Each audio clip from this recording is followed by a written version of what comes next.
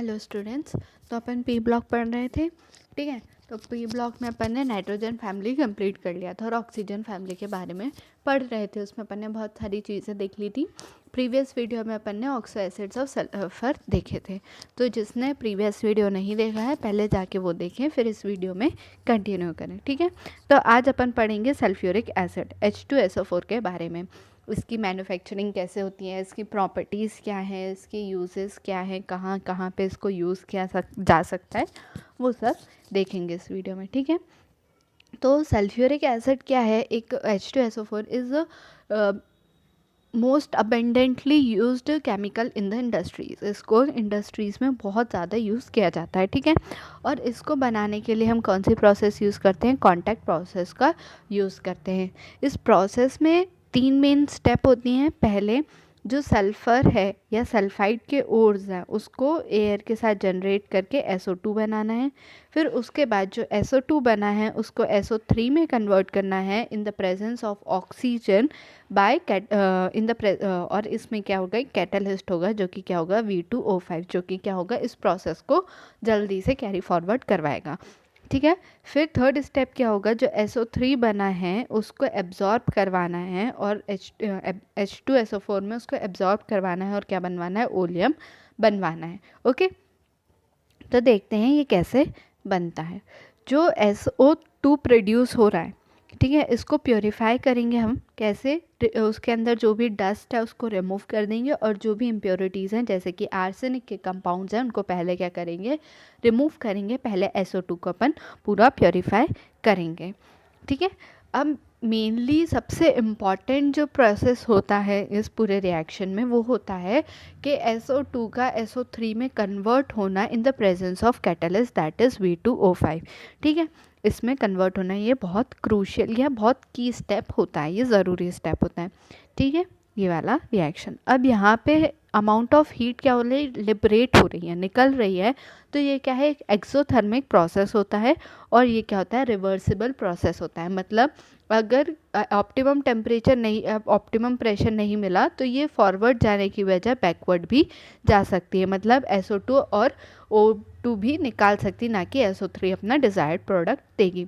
तो इसलिए अपन इसमें क्या फॉलो करते हैं? ले चैटलियर्स प्रिंसिपल फॉलो करते हैं, जिसकी वजह से जो रिएक्शन है वो क्या हो? फॉरवर्ड डायरेक्शन में जाए। तो फॉरवर्ड डायरेक्शन में जाने के लिए उसको क्या है? पहले वॉल्यूम डिक्रीज़ हो रहा है। वॉल्यूम अगर डिक्रीज़ हो रहा है तो प्रेशर क्या होना चाहिए? ज़्यादा होना चाहिए, ले चैटलियर्स प्रिंसिपल के अकॉर्डिंग। तो हम वो अपने को क्या चाहिए? SO3 चाहिए, इसलिए हम रिएक्शन को हमेशा फॉरवर्ड रखना चाहेंगे। तो प्रेशर क्या होना चाहिए? हाई होना चाहिए। और टेम्परेचर क्या होना चाहिए? लो होना चाहिए, ताकि अपने को जो SO3 है उसका क्या हो? मैक्सिमम ईल्ड हो।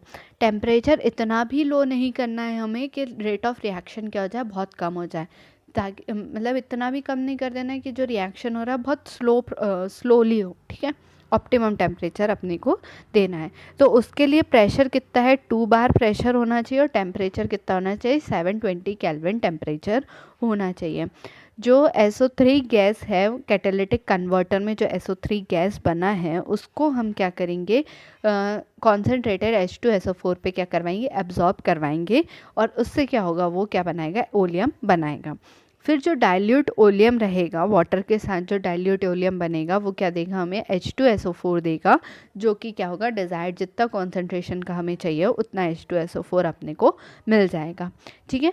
इंडस्ट्रीज़ में 2 स्टेप्स को साइमल्टेनियसली जो मतलब SO2 का H2SO4 में SO3 को H2SO4 में एब्जॉर्ब करवाना और डाइल्यूट ओलियम से H2SO4 बनाना, ये साथ में होता है, ठीक है।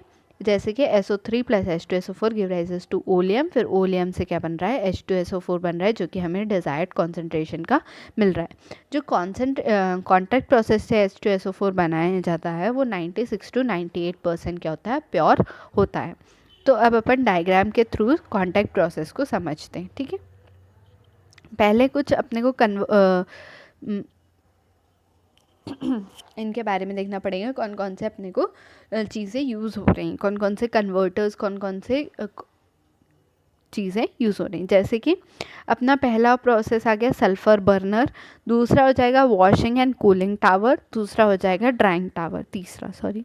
फिर अपने को आर्सेनिक प्योरीफायर लगाना पड़ेगा जो प्योरीफाई करेगा, कुछ प्री हीटर्स लगाने पड़ेंगे, कैटालिटिक कन्वर्टर लगाना पड़ेगा, और यहाँ पे क्वार्ट्ज का वो लगाना पड़ेगा ताकि जो अपने को कॉन्सेंट्रेटेड H2SO4 मिल रहा है वहाँ से ओलियम वाटर के साथ आ जाए। तो फर्स्ट अपन देखते हैं सल्फ़र बर्नर में। सल्फ़र बर्नर में क्या करेंगे, अपन सल्फ़र को डालेंगे प्लस एयर यहाँ से कैरी फॉरवर्ड करवाएंगे, ठीक है। तो यहाँ पे क्या होगा कि इम्प्योर सल्फ़र रहेगा, ये सल्फ़र जा रहा है यहाँ से और ये एयर जा रहा है, ये सल्फ़र बर्नर की अपन बात कर रहे हैं। तो ये इम्प्योर सल्फ़र रहेगा, ये वाटर ऑक्सीजन के साथ गया। फिर यहाँ पे अपन ने देखा है कि इम्प्योर जो सल्फ़र डालेंगे पहले उसको क्या करेंगे, उसमें से डस्ट वगैरह रिमूव करेंगे।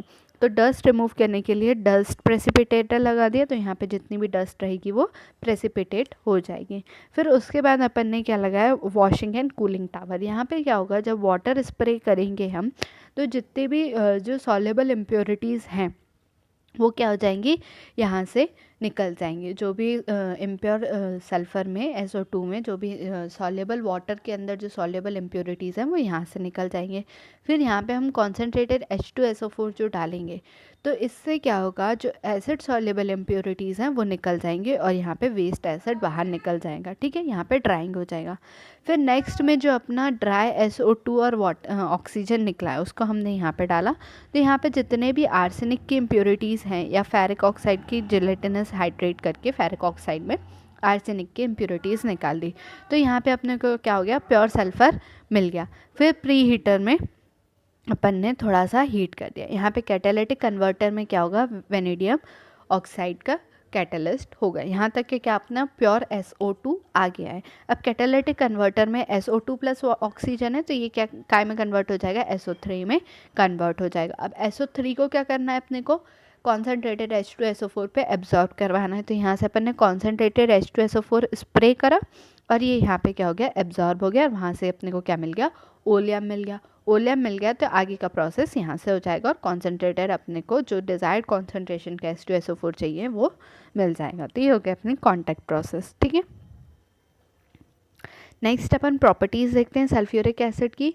सल्फ्यूरिक एसिड क्या होता है, कलरलेस होता है, डेंस होता है, ऑयली होता है और कुछ इसका स्पेसिफिक ग्रेविटी होता है जो कि है 1.84 और टेम्परेचर कितना है 298 केल्विन टेम्परेचर पे, और 283 केल्विन टेम्परेचर पे ये क्या हो जाता है, फ्रीज़ हो जाता है और 611 केल्विन पे क्या होता है, बॉयल होने लगता है। वाटर के साथ इजीली डिज़ोल्व होता है और लार्ज क्वांटिटी ऑफ हीट निकलती है। जब अगर हम H2SO4 का रिएक्शन वाटर के साथ करते हैं तो यह हाईली एक्सोथर्मिक प्रोसेस होता है। इसलिए जब हम वाटर और इसके साथ रिएक्ट करवाते हैं H2SO4 का तो हमें बहुत प्रिकॉशंस लेने पड़ते हैं, अच्छे से केयरफुली सब काम करना पड़ता है कि ताकि अपने हाथ में ना लग जाए, नहीं तो अपना हाथ जल जाएगा, ठीक है। और इसलिए हम कॉन्सेंट्रेटेड H2SO4 को वाटर के साथ धीरे धीरे स्प्रे कर रहे थे। अपन ने देखा है कॉन्सेंट्रेटेड H2 जैसे यहाँ पे अपन यहाँ पे स्प्रिंकल मतलब ऐसा फुव्वारे के तरह अपन डाल रहे हैं, यहाँ पे भी स्प्रे कर रहे हैं। क्यों, ताकि वो धीरे धीरे लिटिल अमाउंट में वाटर के साथ रिएक्ट करे और स्लोली उसमें क्या हो, रिएक्शन हो, तो ज़्यादा एक्सोथर्मिक ना बने, ज़्यादा अमाउंट ऑफ हीट ना निकले, ठीक है। अब केमिकल रिएक्शन H2SO4 अपन बोलते हैं कि किंग ऑफ एसिड होता है। किंग ऑफ एसिड होता है तो वो इजीली सबसे केमिकल रिएक्शन उसकी ज़्यादा होगी, ज़्यादा सबसे केमिकली रिएक्ट कर पाएगा। तो वो क्यों रिएक्ट कर पाता है, क्योंकि उसकी क्या होती है, लो वोलेटिलिटी होती है, स्ट्रॉन्ग एसिडिक कैरेक्टर है उसके पास, स्ट्रॉन्ग एफिनिटी विथ वाटर है, वाटर के साथ स्ट्रॉन्ग उसका बॉन्ड बन सकता है, और ability to act as a oxidising agent, और ऑक्सीडाइजिंग एजेंट की तरह वो क्या कर सकता है, एक्ट कर सकता है। अब जब अपन H2SO4 को आयनाइज करेंगे तो वो 2 स्टेप में आयनाइज होता है। जैसे ही जब H2SO4 का हमने वाटर के साथ डाला तो पहले हाइड्रोनियम आयन बना और फिर HSO4 नेगेटिव आयन निकला। यहाँ पे जो वैल्यू ऑफ कांस्टेंट है, rate of reaction constant Ka की वैल्यू है वो बहुत ज़्यादा है, ठीक है। और फिर नेक्स्ट में ये जो HSO4 बना है इसको हमने वाटर के साथ दिया तो ये H+ निकला है, हाइड्रोनियम आयन निकल गया, H3O पॉजिटिव और SO4 नेगेटिव निकल गया, और Ka2 मतलब जो अपना रिएक्शन कांस्टेंट है उसका वैल्यू इतना है 1.2 इंटू 10⁻⁻²। तो यहाँ पे लार्ज वैल्यू ऑफ Ka का मतलब है वो ज़्यादा डिज़ोल्व कर रहा है, डिसोसिएट हो रहा है, मतलब लार्ज के की वैल्यू मतलब वो ज़्यादा डिज़ोल्व होके, ज़्यादा डिसोसिएट होके काय में कन्वर्ट हो रहा है, HSO4 नेगेटिव में, ठीक है। तो डिसोसिएशन कांस्टेंट की वैल्यू ज़्यादा होना मतलब वो क्या है, स्ट्रॉन्गर एसिड है, ठीक है। तो 2 सीरीज़ के सॉल्ट बनाता है अब ये एसिड। तो ये बनाता है एक नॉर्मल सॉल्ट जो बनते हैं कार्बोनेट्स, जैसे अपना सोडियम कार्बोनेट मान लो Na टाइप बनता है, और एक बनता है बाइकार्बोनेट हाइड्रोजन सल्फाइड, जैसे NaHSO4, ठीक है। ये बनाएगा बाइकार्बोनेट और बना सकता है NaSO4, ये हो गया नॉर्मल सॉल्ट, ओके। और ये क्या हो गया, हाइड्रोजन सल्फेट के फॉर्म में हो गए। सल्फ्यूरिक एसिड का वोलेटिलिटी क्या होता है, लो होता है, तो इसको अपन बहुत सारे मोर वॉलेटाइल केमिकल्स का मैन्युफैक्चरिंग में इसका यूज़ कर सकते हैं, क्योंकि इसकी वॉलेटिलिटी कम होती है, ठीक है।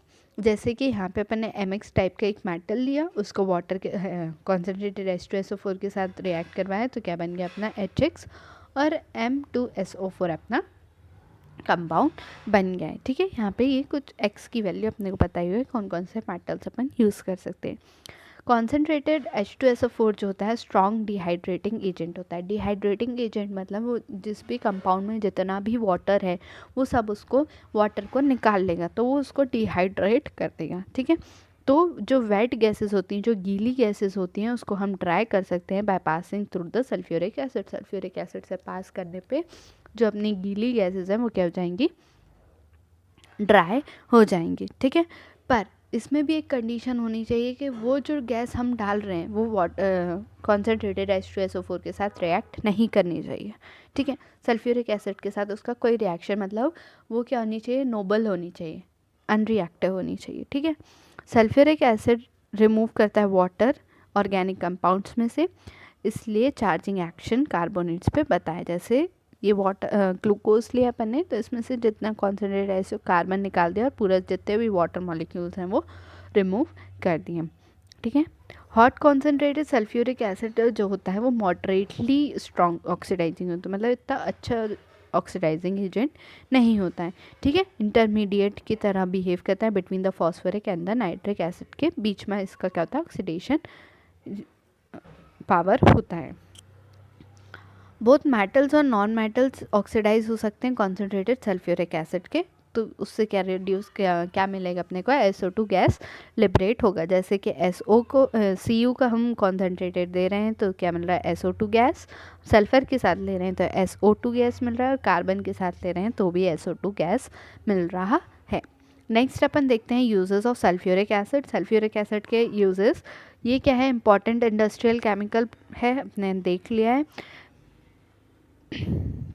Industrial strength can be judged by the quality of sulfuric acid produced and consumes।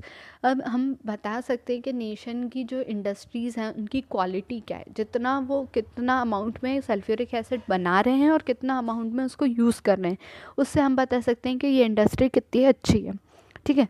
The needed manufacture of the thousands of other hundreds of other compounds and also many industrial processes. क्योंकि हम ऐसा क्यों बता रहे हैं कि वो industry इतनी अच्छी है, क्योंकि सल्फ्यूरिक एसिड अपन ने देखा उसकी वॉलेटिलिटी लो है, तो उससे हाई वॉलेटाइल सब्सटेंस भी हम बना सकते हैं, और बाकी गैसेस को ये डिहाइड्रेटिंग एजेंट की तरह भी बहुत सारे यूजेस हैं अलग अलग, तो इसलिए हम बता सकते हैं कि कितना बना रही है तो, और वो कितना यूज़ कर रही है, तो वो खुद का ही बना के खुद ही यूज़ कर ले रही है, और सब कुछ कैसा है, ठीक है। और बहुत सारे इंडस्ट्रियल प्रोसेस में भी यूज़ होता है। सल्फ्यूरिक एसिड बल्क में जो सल्फ्यूरिक एसिड प्रोड्यूस हो रहा है इसको मैन्युफैक्चरिंग ऑफ द फर्टिलाइज़र के मैन्युफैक्चर में भी यूज़ करा जा सकता है, जैसे कि अमोनियम सल्फेट, सुपर फॉस्फेट, ये सब में यूज़ करा सकता है। अदर यूजेस क्या हैं, जैसे कि petroleum refining, manufacture of pigments जो कलर वगैरह डालते हैं, पेंट्स, ड्राई स्टफ्स, इंटरमीडिएट्स ये सब बना सकते हैं। डिटर्जेंट इंडस्ट्रीज़ में भी यूज़ करते हैं। मेटलर्जिकल अप्लायंसेस जैसे कि अपन ओर को प्योरीफाई करवाना है, इन सब में भी यूज़ कर सकते हैं, ठीक है। क्लींजिंग मेटल बिफोर एनेमल जो अपन ओर प्योरीफाई करते हैं उसमें ये हम पढ़ेंगे, ठीक है। इलेक्ट्रोप्लेटिंग, गैल्वेनाइजेशन ये सब भी कर सकते हैं। स्ट्रॉन्ग बैटरीज में यूज़ करा जाता है। नाइट्रो सेल्स बनाने के लिए यूज़ करवाते हैं और लेबोरेटरी रिएजेंट की तरह भी इसको यूज़ करते हैं। जैसे किंग ऑफ एसिड है, बहुत सारी जगह यूज़ करा जा सकता है। फिर अपने को कुछ इंटेक्स क्वेश्चन दिए हैं। Mention 3 areas in which H2SO4 plays important role. Write the condition to maximize the yield of H2SO4 by contact process, and इसका रीज़न देना है कि Ka का वैल्यू बहुत ज़्यादा है और Ka2 का वैल्यू बहुत कम है फॉर H2SO4 इन वाटर, क्यों। तो इन सारे क्वेश्चंस के आप लोग आंसर फाइंड करके रखेंगे। नेक्स्ट वीडियो में अपन ग्रुप 17 स्टार्ट करेंगे विच इज़ क्या, हेलोजन फैमिली, ठीक है। Thank you.